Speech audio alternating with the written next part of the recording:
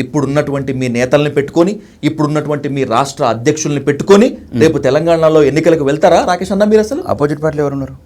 బలంగా ఉన్నారు. మీకన్నా చాలా సందర్భాల్లో బీఆర్ఎస్ బలంగా పనిచేస్తున్నారు. పార్టీ లీడర్స్ ఎవరున్నారు? ఎందుకు కేటీఆర్ యంగ్ అండ్ డైనమిక్ అంటున్నారు కదా? కేటీఆర్ లీడర్ అండి. కేటీఆర్ లీడరా? బీఆర్ఎస్ ఎమ్మెల్యేని అడగండి. అలా అని అనట్లేదు. అంటే ఒక రాష్ట్ర నాయకత్వ పటిమ లేని నాయకు ఓకే క్యారెక్టర్స్గా పక్కన పెట్టండి. బీజేపీని తట్టుకుని బీజేపీలో ఒక్కొక్కరు ఏందండి. రేవంత్ రెడ్డి గారు కూడా ఏం కారండి. రేవంత్ రెడ్డి గారు ఏదో అనుకోకుండా జాక్పట్ల ముఖ్యమంత్రి అయ్యాడు, పక్కన పెట్టండి. ఎవరు మా అరవింద్ గారు తక్కున్నారా? మా దగ్గర రఘునందన్ రావు గారు తక్కున్నారా? డీకేఆర్ నగర్ తక్కున్నారా? ఈటెల రాజేంద్ర గారు తక్కున్నారా? ఎవరు తక్కువ కాదు, కాబట్టి మీ అందరి మధ్య ఐకమత్యం లేదు. నేను అనేది వీళ్ళిద్దరి మీదకి వెళ్ళి అంటున్నాను. వీళ్ళిద్దరు కన్నా 100 రెట్లు బెస్ట్ పెర్ఫార్మెన్స్ చేసే లీడర్స్.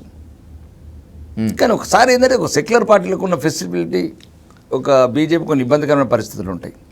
రకరకాల వ్యతిరేక ప్రచారము, ఇలాంటి ప్రచారం వల్ల కొన్ని ఇబ్బందికరమైన నాయకులు. మా దగ్గరది ఇప్పుడు ఏం లేదండి. అందరూ యూనిటీగా ఉన్నారు, అందరూ ఐకమత్యంగా ఉన్నారు.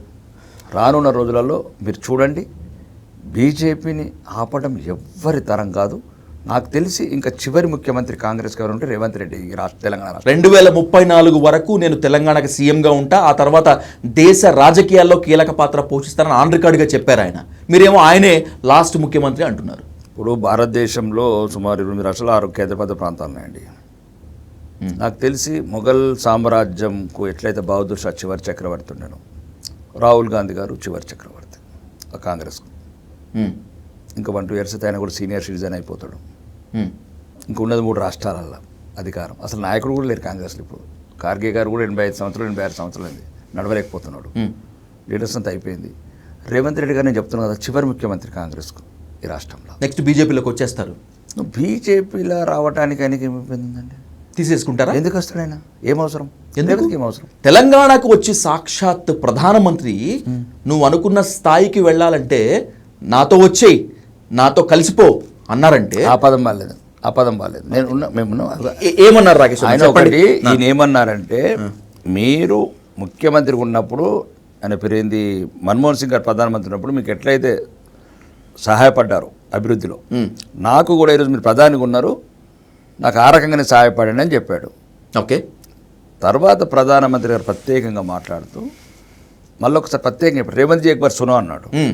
వింటున్నారా అని కూడా అన్నాడు. ఈ 10 సంవత్సరాలు, ఈ 10 సంవత్సరాలు, ఆ 10 సంవత్సరాలు, ఆ 10 సంవత్సరాలు ఆయన ఏం చేసిన తర్వాత, ఓకే, ఈ 10 సంవత్సరాలు ప్రధానమంత్రి అయినాక ఒకవేళ నాకు మన్మోహన్ సింగ్ చేసినట్టు నీకు చేయాలనుకుంటే నీకు 10 సంవత్సరాల నుంచి నేను కావాల్సిన లిస్ట్ ఇస్తాను. గుజరాత్కి ఏమి ఇచ్చినాను, ఒకవేళ ఇవ్వమంటే అదే ఇస్తాను.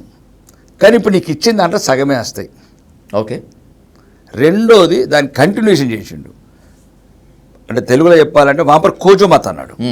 అంటే ఎక్కడైతే నువ్వు ఏ ఆరోపణలు చెప్తున్నావో దాంట్లో ఉపయోగం లేదు, అంటే నీ సత్తా లేదు. నువ్వు ఏదైతే ఒక క్రియేట్ చేయాలనుకుంటున్నావో, గుజరాత్కి ఎక్కించి నాకు ఇవ్వలేదని అంటున్నావో, వాంపర్ కోజోమత్, అక్కడ తవ్వకు అబద్ధాల పుట్టని. దాని మీనింగ్, రియల్ మీనింగ్ వాంపర్ కోజోమత్, हमारा साथ जोड़ो, मिलके देश को, राष्ट्र को डेवलप करेंगे.